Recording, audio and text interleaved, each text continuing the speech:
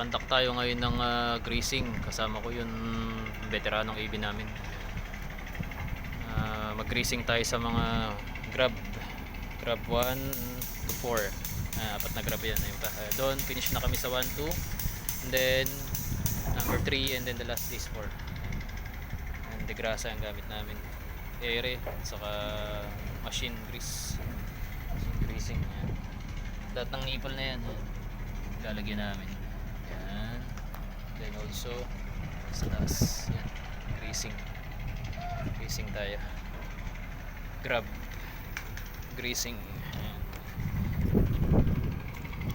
Every operation nilalagyan, and then kung walang operation ganun din, every